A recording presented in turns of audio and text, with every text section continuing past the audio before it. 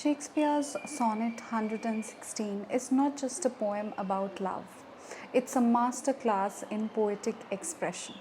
But what makes it so memorable? Of course, the figures of speech. In this video, we will explore the metaphors, the imagery, and other literary devices used in the poem and how it helps shape the meaning of the poem. So, let's break down and uncover the depth behind Shakespeare's words. So, let us begin our exploration. Let us look at the second line of the Sonnet 116, where we find an expression, love is not love. Love is not, this particular phrase is again repeated in the 9th line of the poem. Love is not time's fool. When an expression or a particular phrase is repeated at the beginning of a sentence or at the beginning of a successive clause, it is known as an anaphora. So this is our first figure of speech, that is anaphora. Let us move on to the last line of the first quatrain, where we have the phrase, the remover to remove. Here, remover to remove, here the R sound is repeated. So this is an instance of alliteration. Now let us look at the first line of the second quatrain. Here, this particular phrase, ever fixed mark.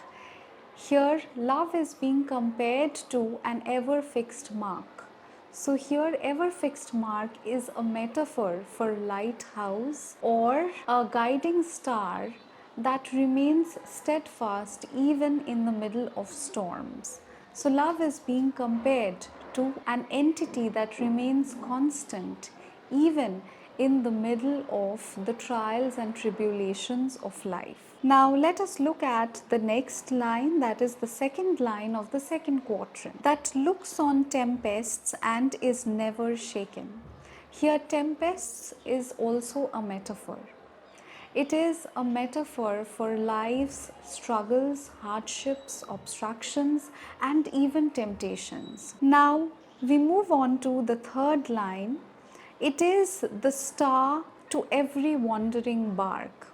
Here, star is also a metaphor. Here, love is being compared to the North Star, which is a guiding force to wandering bark, means to the lost ships. So, North Star shows direction to the lost ships. Every wandering bark. Now, wandering bark is also a metaphor.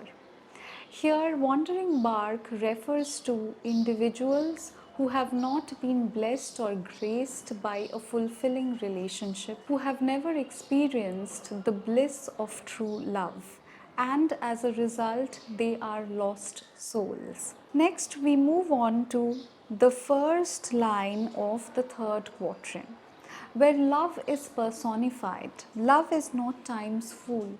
Love has been personified as someone who does not obey the diktats of time and is also not deceived or fooled by time. Next part of the particular line, where we have the phrase rosy lips and cheeks. Here also we have a figure of speech known as synecdoche. What happens in synecdoche? When do we use this figure of speech?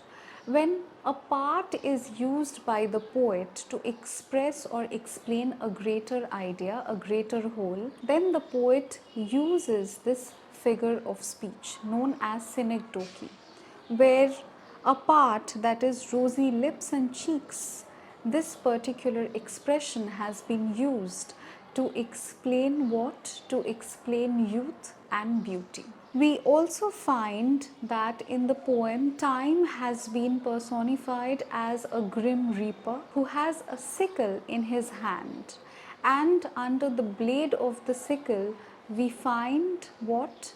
We find that youth and beauty comes under the blade of the sickle. Let us move on to the final line of the third quatrain, but bears it out even to the edge of doom. Now, the phrase edge of doom is interesting, as in this particular phrase we can apply two figures of speech. One is an allusion to the biblical judgment day, doomsday. In this particular phrase, we can also apply hyperbole, where the poet exaggerates love's ability to be patient for his or her beloved, where the beloved can wait and be patient and carry out his or her promises till the edge of doom. Now, the most important and compelling part of the poem is the couplet, where we find a bold assertion. The bold assertion is being made by using two figures of speech. One figure of speech we have discussed while we were discussing the poem. One is paradox, where self-contradictory statements and sentences are used, apparently self-contradictory statements are used to only assert the truth of one's argument. And another figure of speech that we find here is an epigram. Now, an epigram is also a particular figure of speech where paradoxical statements are used or apparently contradictory statements are used to only assert the validity of the argument that has been made. So, this remains an interesting use, and he has achieved this end by using these two figures of speech, epigram and paradox. So now, students, I believe you understand that Shakespeare did not use figures of speech only to adorn his poems, but it remains as the very heartbeat of his sonnet. If you have found this exploration helpful, then do not forget to like, share and subscribe to my channel. I will meet you all in the next video again. Thank you for watching.